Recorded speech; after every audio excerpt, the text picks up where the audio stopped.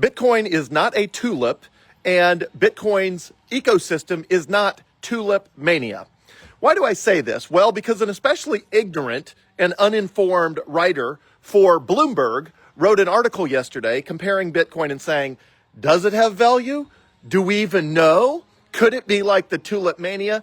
Okay, ignorant person, this is super easy to find out. Google it, use ChatGPT, get on YouTube. The data is all there. It's all easy. But in case that person is watching this video, which I know they're not, but in case they are, let's recap how we know Bitcoin is not a tulip and it's not tulip mania.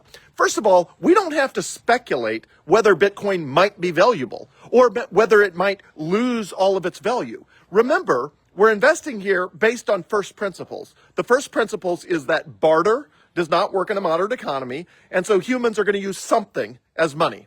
What are their options? Fiat currencies, which are called fiat currencies because they're made up by governments, by fiat, by dictate. The government just makes up the currency and says it has value. Or we could use precious metals, or we could use Bitcoin.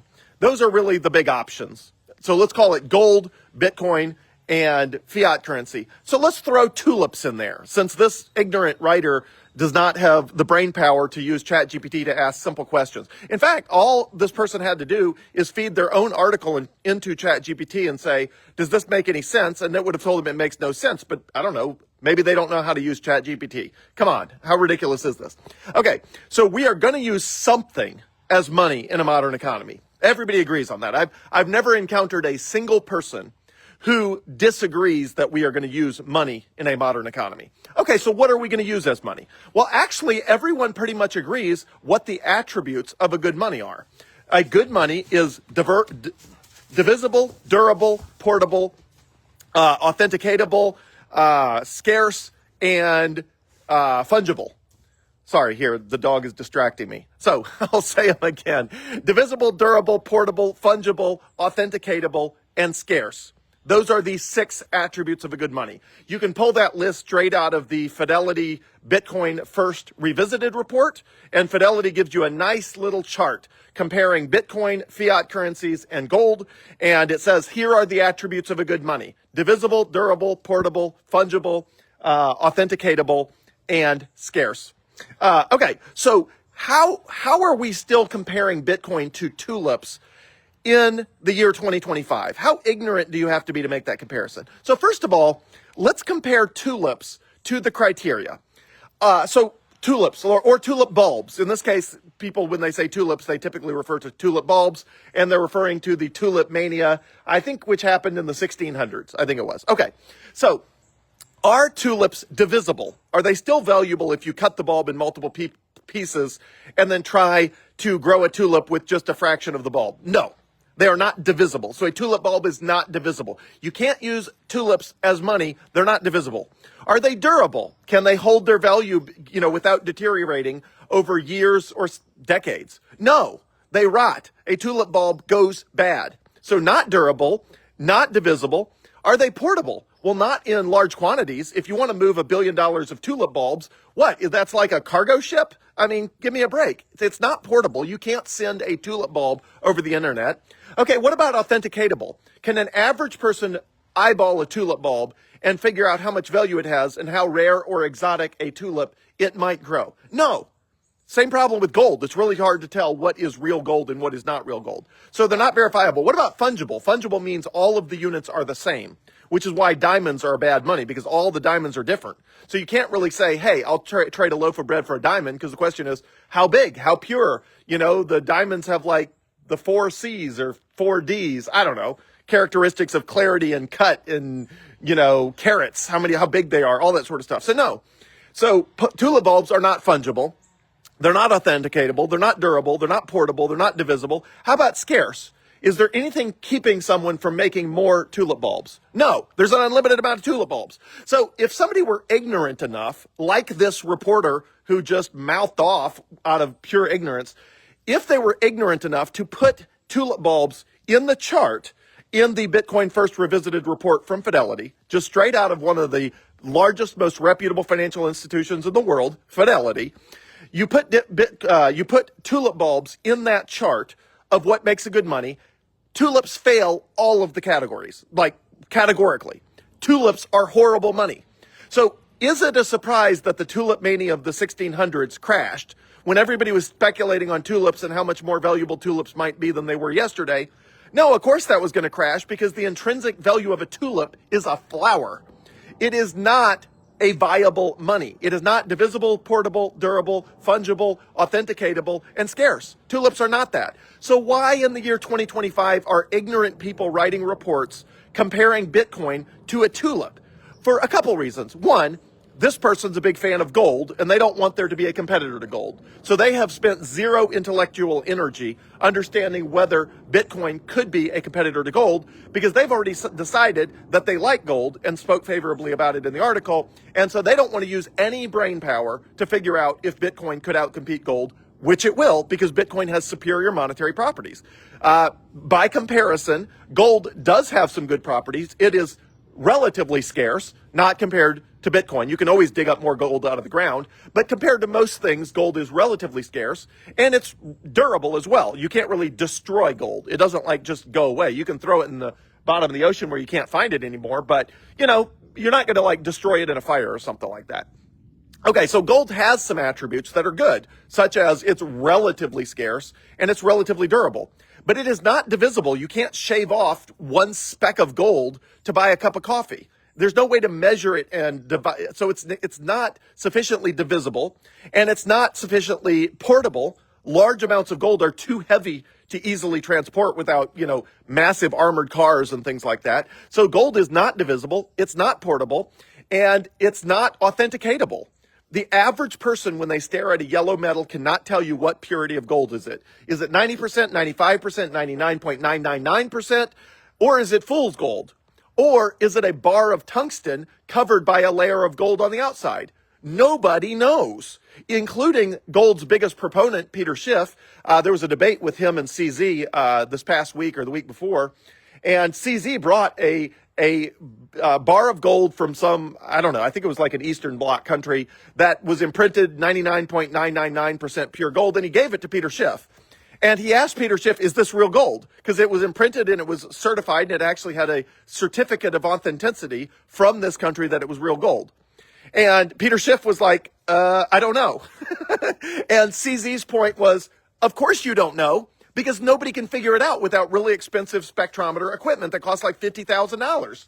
And it turns out the gold bar was fake. So the whole point that CZ was making was, hey, I can hand you a gold bar. It's super heavy. It looks like gold. I even have a gold certificate from a real legit country on planet Earth from their mint saying it's real gold. But guess what? You actually run it through a spectrometer. It's actually fake. It's an actual fake, but nobody can figure that out. So again, gold fails. Of the 6 properties of good money, the reason we don't use gold today is because gold is not divisible. It's not portable. It's not authenticatable.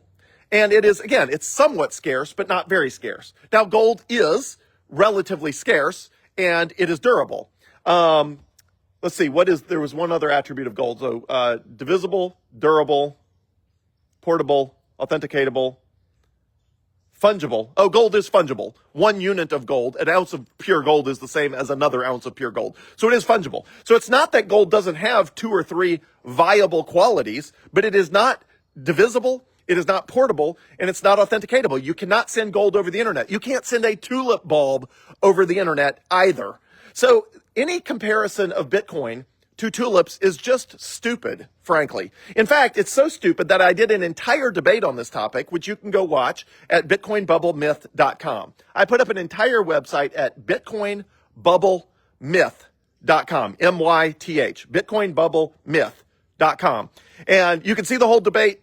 Or my side of the debate. I only had licensing rights to, publish my stuff. But anyway, I put up my side of the debate and I also put up a entire PowerPoint presentation, and you can go watch the whole thing and look at how completely stupid it is that people compare Bitcoin to tulips. But again, go download the Fidelity Report, Bitcoin First Revisited. Go look at the chart that compares fiat currencies, gold, and Bitcoin. Go think about whether tulip bulbs meet any of those criteria. They do not. And then go ask yourself, how ignorant do you have to be a commentator at Bloomberg to still be comparing Bitcoin to tulip bulbs when the criteria of a good money has been out there forever. And ChatGPT would have told this author that it was an ignorant story. It's an ignorant story. ChatGPT could tell you that. Google could tell you that. Watching a few YouTube videos could tell you that. You can even type in, is Bitcoin a bubble? You'll probably find my website, bitcoinbubblemyth.com, which will tell you it's not a bubble, and comparing it to tulips is stupid. So here we go again. Literally yesterday, Bloomberg, some random person mouthing off. This has been the same thing since 2010. Bitcoin was launched in 2009. By 2010, there were negative articles saying it was tulip mania and it was a tulip bubble and it was going to zero and blah, blah, blah. All those people have been wrong. In fact, there's entire websites dedicated to Bitcoin death proclamations.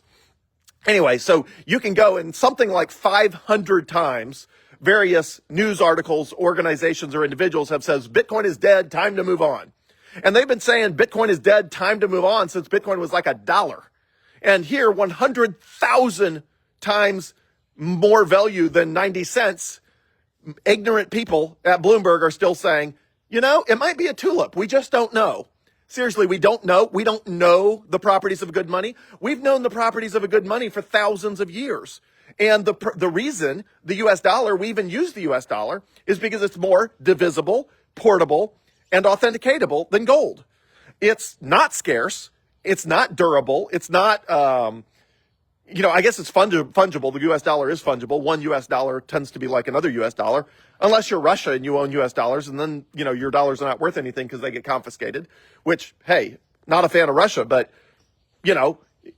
who decides if you get to hold money? The government or you? Do you really want a money that the government on a whim can take away from you and say you don't own it anymore? So we've known the attributes of a good money for thousands of years, except this random person at Bloomberg is still too ignorant to do any research to figure out what are the attributes of a good money. Bitcoin's not going to zero. Bitcoin's going to $1 million, and it doesn't require belief. It doesn't require you to suspend disbelief. It doesn't require you to ponder and wonder whether Bitcoin will be valuable in the future. You can go back to first principles. You can go back and say, what are the attributes of a good money? I can find those out from the Fidelity report entitled Bitcoin First Revisited.